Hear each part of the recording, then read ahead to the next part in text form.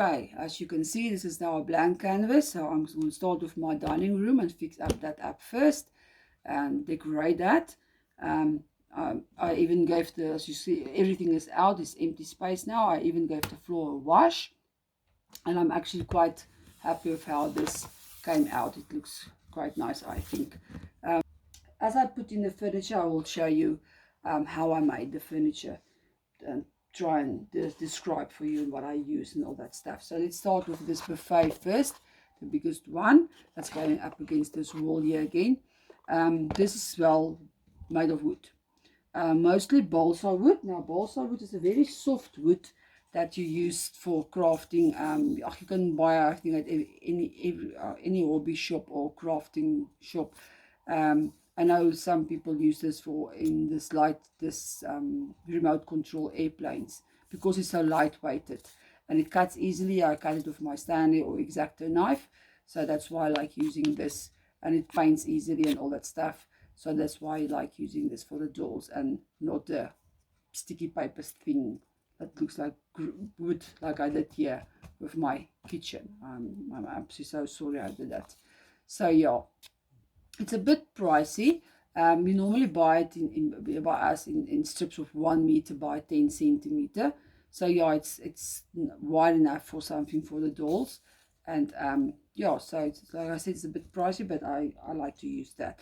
So mainly I use that on this buffet, and then this craft sticks I used as well. So the craft sticks I just pasted against a piece of carton, just pasted some more of hot glue next to each other against a piece of cardboard, and then I used the round for the bottom part as well, a cardboard box, and I just paste the craft sticks on the sides.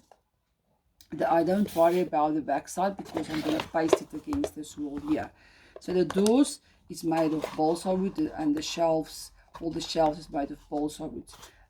This here is actually just normal crafting wire that I turned it to 2 wires, and I just turned it the whole time.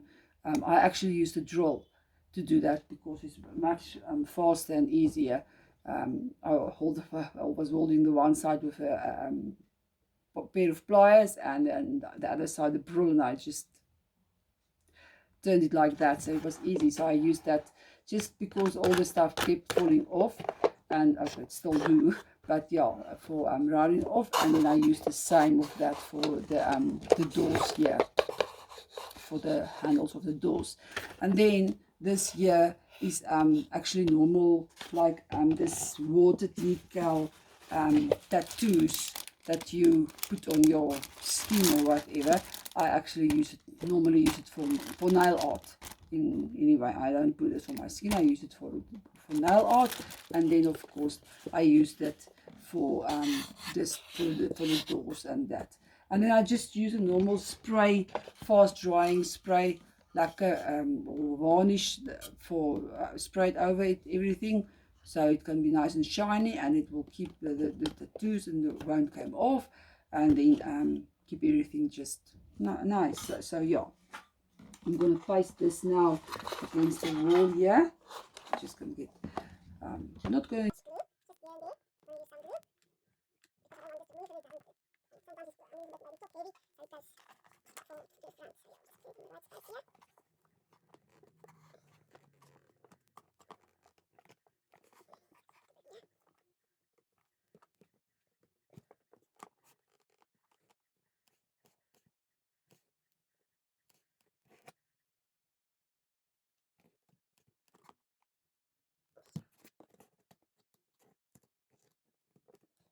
Then the next thing is well, is this little cupboard for you in the corner. This is all just balsa wood. I used balsa wood for this, and on the same, I just mixed a little normal acrylic paint with the Mod Podge. I mixed it with that, and I painted to get that varnish look, and then also just the tattoo here, and I sprayed it also just with a varnish. And so this must come here in the corner I actually want to put this, I think I must put it in line with that one.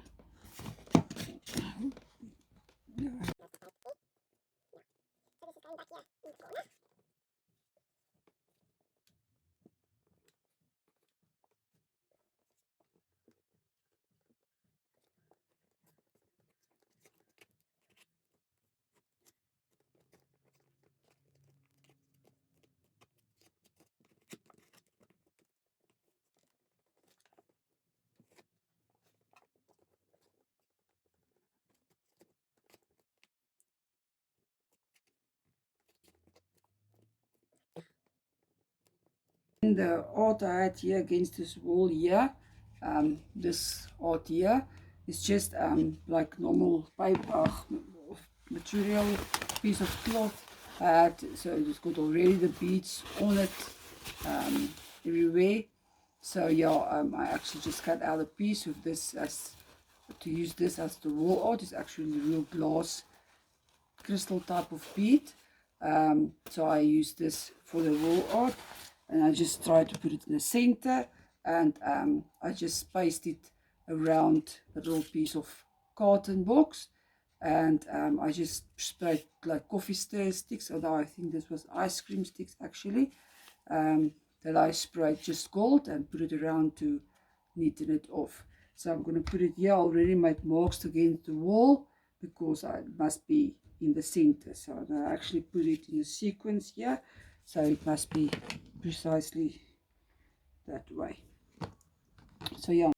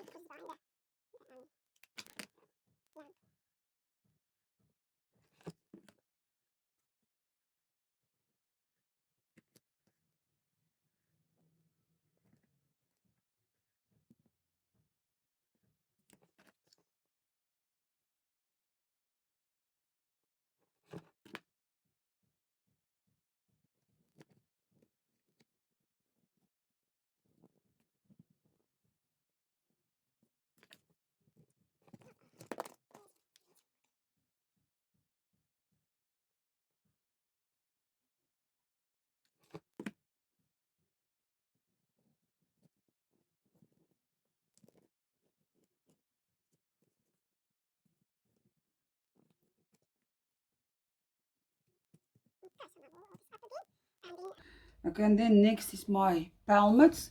I just used the thick cotton and sprayed it gold, and then I used this like this Chinese fans you get. I used that and cut the wider part off and just stained it, also with just acrylic paint and Mod Podge mixture, and I pasted it on here and painted it brown, so it's just a little, the end of the gold can shine through on this palmet. But before I put the palmets on, I actually think that one is for that side. Before I put a palmet on, I must first put my curtains on. Now that's where I made a change. I wanted to change my palmets and my binders for the curtains, but I've decided against that. Otherwise it's going to be too much changes again. So but I'm going to change my curtains because I'm not happy with this curtains here. In the first place, I used that crafting wire. This is the crafting wire that I used to, because it's, as you can see, it's very easy bendable. I got a better wire by my husband. He had a big roll of this. It's a nice little thin wire, and you can just cut off a piece and bend it like you like it, want it, and that's much better. So and then the curtains, I liked it because it had this little hint of gold in it, but in the first place it's too short, and in the second place I pasted it with glue gun. So that I'm not happy about that because the glue gun makes it actually hard. So I don't like that at all. And I actually got a new sample book with a beautiful like organza type of material in it as well. And this was this with this green.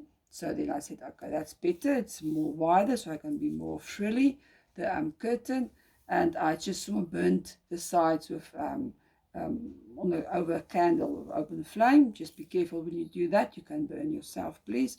And and then I'm just going to put a hem on top for the wire to go through, and maybe at the bottom. So I must do that first before I put my pelmet on. So this is how the samples look when you get it. It's like this, and as you can see, it's big piece. So I decided was a deciding factor between this one and then this one, so the green one. So I'm going to do that first. I'm quickly going to make, I'm still not going to hand fret because it's just a little seam I must do here on top for the, because no one's going to see that. It's going to be behind the pelmet, but still it's going to be better than the glue. So I'm just going to hand thread it through with a little needle and thread, and then put it up first before I see how long I must cut it, so I don't make it too short again. At least I know this piece is long enough, and it's, like I say, it's a bit wider than the old curtain. And so yeah, I'm just going to do that quickly. So I'll be back. Okay, so I'm just hand thread it through like just a normal thread, and I took the wire and I bent the wire. I cut it off a piece, and I bend the wire just on the corners so that you can use it. I'll just put a hole through the pelmet achter the wall, and then there you go. So I'm gonna put the curtains through that for now, just to first see the length that I have to do the make my curtains.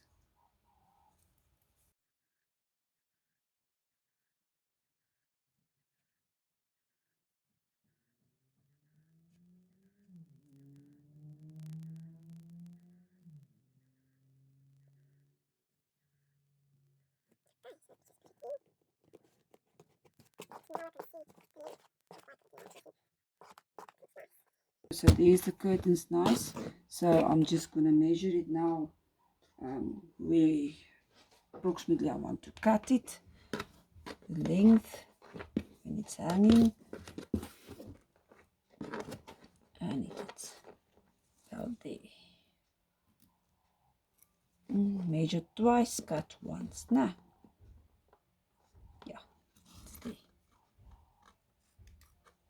So I'm gonna cut off this piece, and so we'll do the other side as well.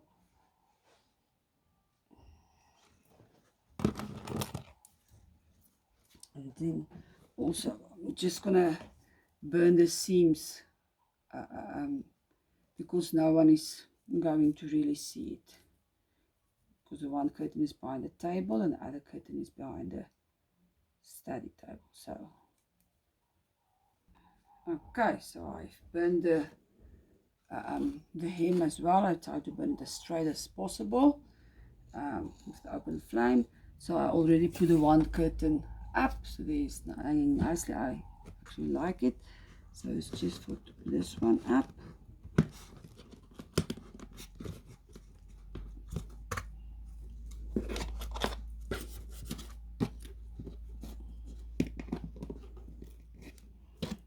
Okay, so now I can put the pelmets back. Just see.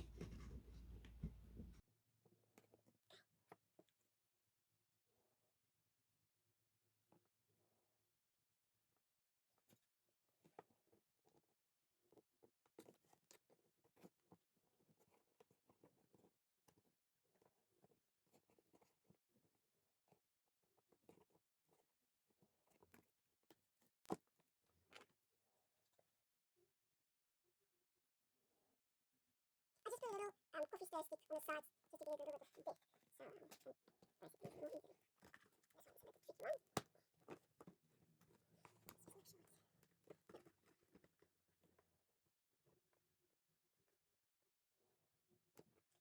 Okay, so all that's left to do is the curtain binders. So for that I used this little rings that you use for your earrings.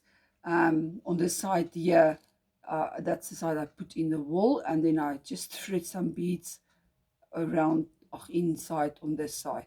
So this is my curtain binder then. It's actually very beautiful. It's a type, it's a bead. It's got a hole through, but it looks like this seashell or something.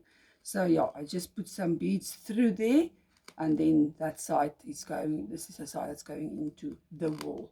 So yeah, let's do that quickly then. So I use a piece of that sun wire just to make a hole here. I think I can make it just nicely. Okay. See this useful?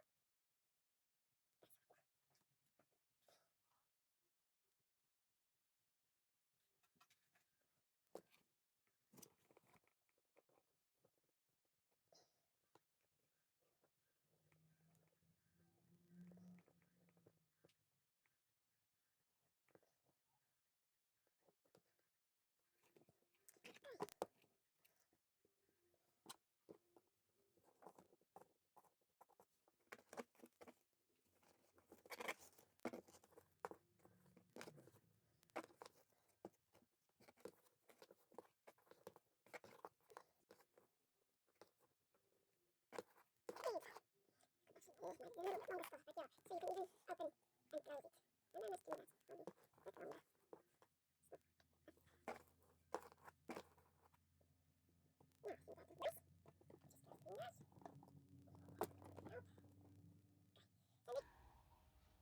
Okay, so now there's the um, curtain binders up. Okay, sadly you won't even see this one on this side because of the counter, and then the study table is going to stand here. This one maybe you will see a bit of that, but yeah, it actually, I think it looks beautiful. So now all the furniture that was pasted and something was up. So now it's time to do the furnishing and the finishing touches in the dining room, but that I will show you on the next episode. So keep watching. Bye.